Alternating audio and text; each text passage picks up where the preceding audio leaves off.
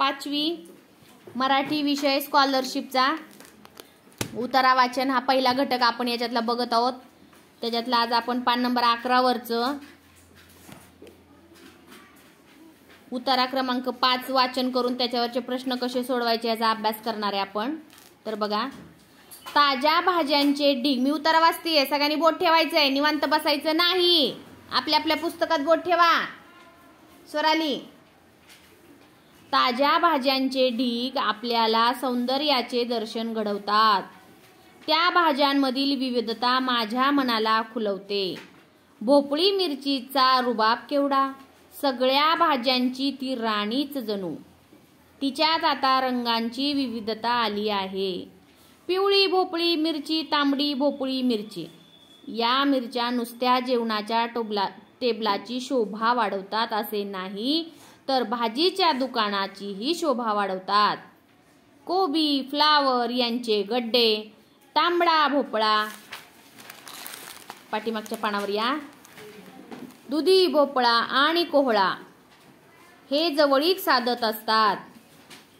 पडवळ आणि विविध शेंगांच्या भाज्या दुकानात पसरलेल्या असतात। वांग्यांचे रंग आणि आकार यात किती विविधता। घोसाळी, दोडकी, भेंडी, तोंडली आपले अस्तित्व दाखवत असतात। बघा बाळांनो, हा जो उतारा आहे तो कशा संदर्भातला आहे हे आपल्याला कळलं पाहिजे आधी। बरोबर, पण कशाचा उल्लेख केला रे ह्याच्यामध्ये जास्तीत जास्त? भाज्यांचा। कशाचा उल्लेख केलाय? भाज्यांचा। मग आता ह्याच्यावरचे प्रश्न बघूया आपण आता।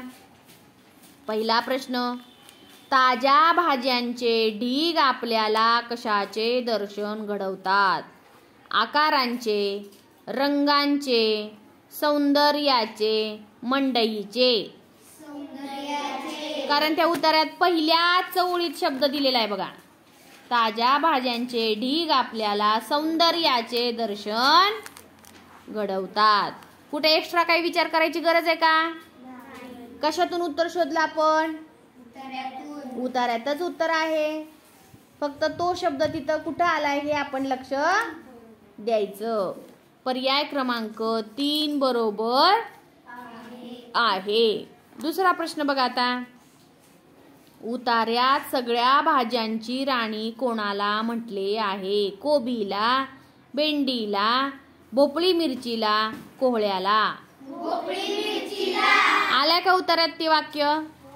वाचा बरं ते वाक्य, कुठं आले ते उतार्यातलं वाक्य वाचा। भोपळी मिरचीचा रुबाब केवढा, सगळ्या भाज्यांची राणी जणू। व्हेरी गुड, समजला? कसे उत्तर शोधायचे उतार्यातून? मनाने काही करायचं नाही, उतारा वाचायचा, समजून घ्यायचा, पर्याय बघायचे आणि जवळचा पर्याय कोणता आपल्याला योग्य वाटतोय त्याला आपण गोल रंगवायचा आहे। गोल रंगवताना टिकली सारखा गोल रंगवायचा, अर्धवट गोल रंगवायचा नाही। तिसरा प्रश्न बघूया आपण आता याच्यातला, रंगात आणि आकारात विविधता असणारी फळभाजी कोणती? पडवळ, वांगी, दोडकी का भेंडी? वाक्य वाचा ते कुठं आले ते, म्हणजे तुम्हाला कळेल रंगात आणि आकारात विविधता। हा, इथं एक वाक्य दिले बघा उतार्यामध्येच की वांग्यांचे रंग आणि आकार यांत किती विविधता। म्हणून आपल्याला हे जे 4 शब्द दिलेले आहेत, इथं 4 भाज्यांची नावं दिलेली आहेत, पडवळ, वांगी, दोडकी आणि भेंडी। स्पष्ट तिथं उल्लेख केलेला आहे की वांग्याच्या रंगात आणि आकारात फरक आहे, विविधता आहे। म्हणून मला कळलं की बाबा पर्याय क्रमांक 2 बरोबर आहे। आता हे गाईड कोणाचं रे? इथं 4 पर्यायाला गोल केलाय, मनानेच का बरं असं केलंय? आपण सोडून घेतलेलं आहे ना हे ह्याच्या आधी पण, तरी पण हे गाईड मध्ये चुकीचं लिहिलेलं आहे। कोणाचं आहे रे बाळा गाईड? हे राजकन्या। का ग, तू मागं पडली होती का सोडवताना? मग तसं नाही करायचं। ठीक आहे, समजला का हा उतारा? आता 6वा उतारा घेऊया आपण लगेच। 6वा उतारा मी वाचते, तुम्ही लक्ष द्या, बोट ठेवा। आपल्या कामाची आखणी करणे, किती वेळात काम संपेल त्याचे नियोजन करणे आणि ठरवल्याप्रमाणे काम पार पाडण्याचा प्रयत्न करणे म्हणजे वक्तशीरपणा होय. औद्योगिकीकरण आणि शहरीकरण यांमुळे आता तर जीवन खूप गतिमान व गुंतागुंतीचे बनले आहे. त्यामुळे सध्याच्या युगात वक्तशीरपणाला पर्याय नाही.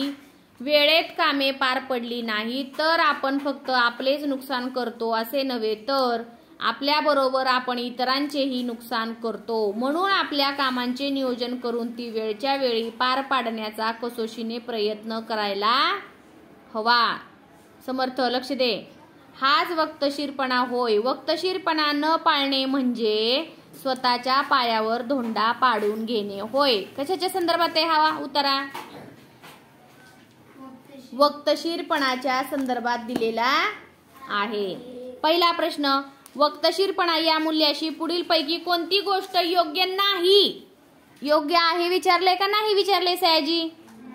नाही विचारले.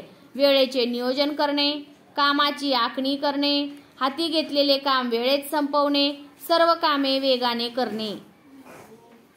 कोणता पर्याय वाटते तुम्हाला? चौथा पर्याय. पुढीलपैकी कोणती गोष्ट योग्य नाही? उगीचच घाईघाईने सर्व कामे वेगाने करायची का? नाही. म्हणून पर्याय क्रमांक 4 बरोबर आहे. दुसरा प्रश्न, पार पाडणे या वाक्प्रचाराचा उतार्यात असलेला योग्य अर्थ ओळखा. नष्ट करणे, पूर्ण करणे, मेहनत करणे, खूप प्रयत्न करणे. पार पाडणे म्हणजे पूर्ण करणे. पर्याय क्रमांक 2 बरोबर आहे. वक्तशीरपणा हे मूल्य आपल्या अंगी न रुजल्यास फक्त दुसऱ्याचेच नुकसान होईल, स्वतःचे नुकसान होणार नाही. दोघांचाही फायदा होईल. स्वतःच्या हाताने स्वतःचे नुकसान केल्यासारखे होईल.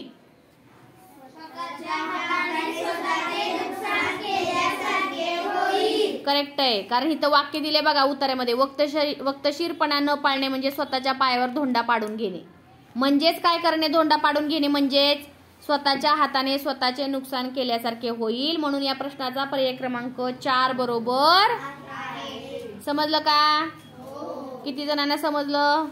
आता तुमचं तुम्हाला सोडवता येईल का? हे अवघड जाईल का?